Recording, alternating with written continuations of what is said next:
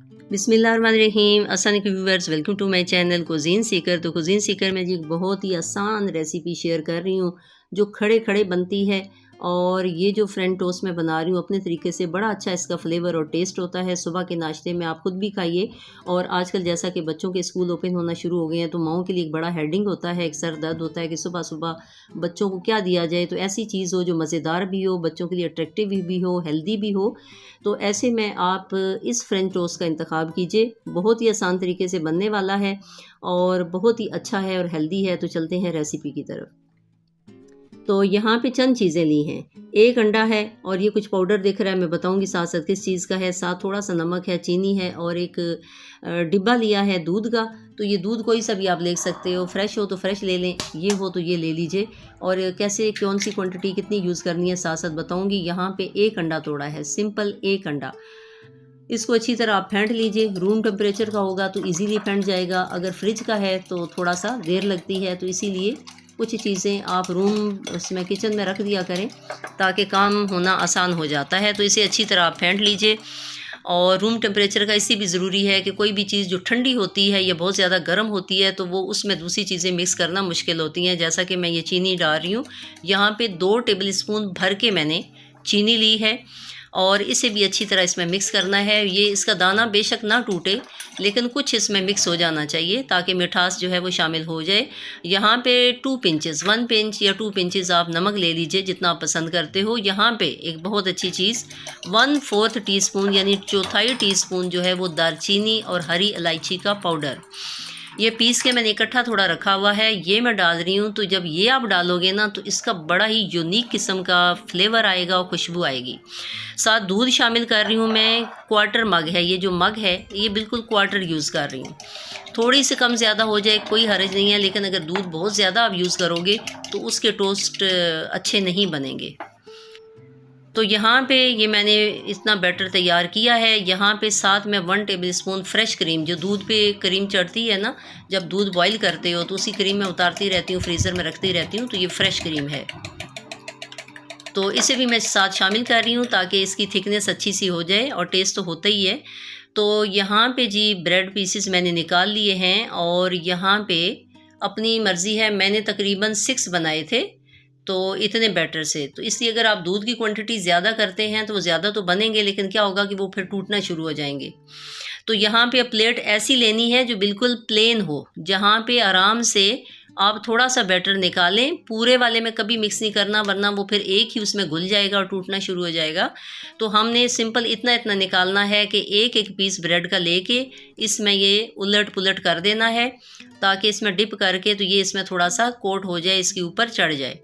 साथ ही मैंने flame on किया, तवे को गर्म होने दिया। ये अच्छी तरह गर्म है और मीडियम फ्लेम पे गर्म किया है, बहुत हाई नहीं करना है। उसके बाद जो है कि इतना ऑयल डालें और इसको फैला दें। तो ये थोड़ा मीडियम पे आपने गर्म करना है, यानी अगर ज़्यादा हुआ ना, जहाँ धुआं निकलना शुरू हो जाता है तो फिर आप फ्लेम आहिस्ता कर दें और इसको इतना ठंडा होने का इंतज़ार करें। अदरवाइज़ क्या होगा कि जैसे ही आप टोस्ट डालोगे ना उसके साथ चिपक जाएंगे और वो जल जाएंगे।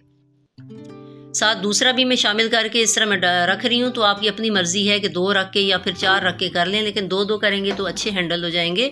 यहाँ पे फ्लेम मैंने साथ दिखा दिया है, मीडियम ही है। तो साथ साथ फ्लेम पे नज़र रखा करें। अगर आपका फ्लेम कम है ना और तवा ठंडा हो रहा है, लग रहा है कि हीट कम हो रही है, तो उस पर फिर आप थोड़ा सा तेज़ कर दें। और अगर तेज़ हो के धुएँ की तरफ जा रहा है तो आप हल्का कर दें। तो मीडियम फ्लेम पे ये सबसे अच्छे टोस्ट बनेंगे।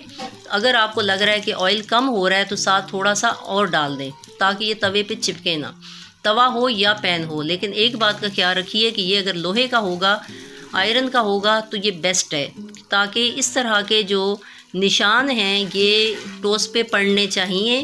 जब भी आपके ये अच्छे फ्रेंच टोस्ट बनेंगे, टेस्ट भी अच्छा आएगा और उसकी शक्ल भी अच्छी बनेगी। तो इस तरह के निशान जब भी पड़ते हैं, अगर हम लोहे की चीज़ इस्तेमाल करते हैं, चाहे वो पैन हो या तवा हो, तो तवा तो तकरीबन हर घर में ही होता है और जहाँ तवा नहीं है वहाँ पैन लोहे के मिलते ही हैं।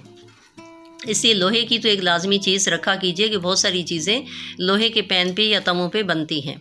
दोनों तरफ से दिखा रही हूँ कि उलट पुलट करके 2-3 मिनट तो लगेंगे कि अगर हम मीडियम फ्लेम पे जब इसे पकाते हैं तो इंतज़ार करेंगे कि इस तरह का निशान आ जाए, अच्छी तरह पक जाए। और थोड़ा सा चिमटे से या कोई भी ऐसा चमचा है उसे उठा के नीचे से चेक करें कि भाई ऐसा पक रहा है या नहीं पक रहा। तो फ्लेम मीडियम फ्लेम पे इसका टेस्ट अच्छा आएगा। हाई करोगे तो उससे क्या होगा कि वो जल जाएंगे लेकिन उसका टेस्ट अच्छा नहीं आएगा, और अगर लो कर देंगे तो बिल्कुल ही फिर वो टूटना शुरू हो जाएंगे। तो यहाँ देखें कितने अच्छे बिल्कुल ड्राई हैं कि जितना हमने ऑयल डाला उसमें अच्छे से ये पक गए हैं। अब इसी तरह फ्लेम मैंने देखा कि तवा तेज़ गर्म हो रहा है तो मैंने फ्लेम को थोड़ा हल्का कर दिया। ये देखिए धुआं निकलना शुरू हुआ है, तो हमें धुआं निकलते हुए पैन पे या तवे पे नहीं डालने।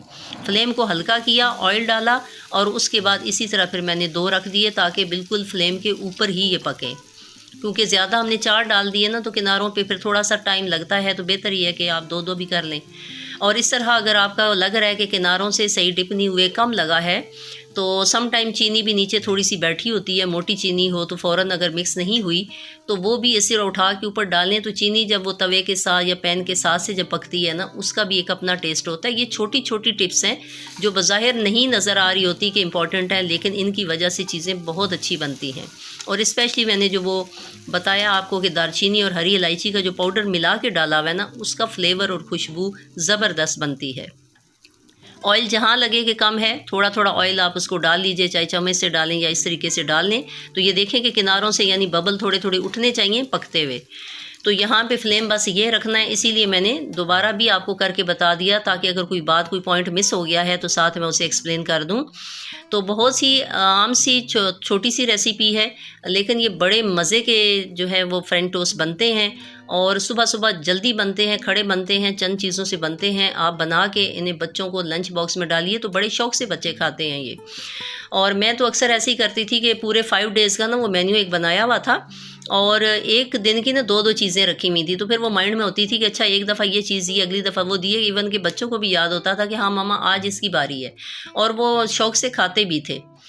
तो ये देखें, उसके बाद मैं बता रही हूँ कि अगर आपने लोहे का पैन या तवा यूज़ किया ना तो उसका फ़ायदा ये है कि जितनी भी चीज़ें ऊपर जलती हैं ना, आप आराम से जो आपका स्टील वायर होती है ना, जो जूना होता है मोटा सा, आप ऊपर से रगड़ के और अच्छी तरह साफ़ कर सकते हो। अगर हम नॉन स्टिक लेंगे या दूसरे कोई पैन लेंगे तो उनको साफ़ करना मुश्किल हो जाता है। इसी लोहे की तो एक चीज़ लाजमी रखा करें। और ये देखिए कि कितने ज़बरदस्त किस्म के हमारे जो है वो टोस्ट तैयार हुए हैं, जले नहीं हैं, नरम नरम हैं, मज़ेदार हैं। अंडा है, दूध है, शुगर है और वो उसकी दालचीनी और उसकी फ्रेगरेंस है, तो बड़े ही मज़ेदार जी ये टोस्ट हैं। ख़ुद भी खाइए और लाजमी आजकल बच्चों को लंच बॉक्स में बना के दीजिए, और इसमें ज़रा भी टाइम नहीं लगता। तो बड़ी आसानी से किचन में जाएं और बिना सोचे चंद चीज़ें निकालें और आप बना लें। ख़ुद भी नाश्ता कीजिए, बड़े अच्छे लगते हैं ये, और बच्चों को लाजमी दीजिए। सारे बच्चे ही तकरीबन इन चीज़ों को पसंद करते हैं।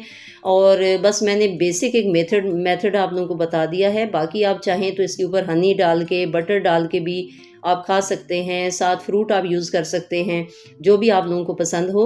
तो बस बेसिक एक चीज़ थी वो मैंने आप लोगों से साथ शेयर कर ली। बाकी साथ जो लवाज़मात हैं अपने खुद कीजिए, और बस शेयर कर दिया करें मेरी वीडियोज़ को, और अपनी दुआ में याद रखिए। खुश रहिए, एंजॉय कीजिए। अल्लाह हाफ़िज़।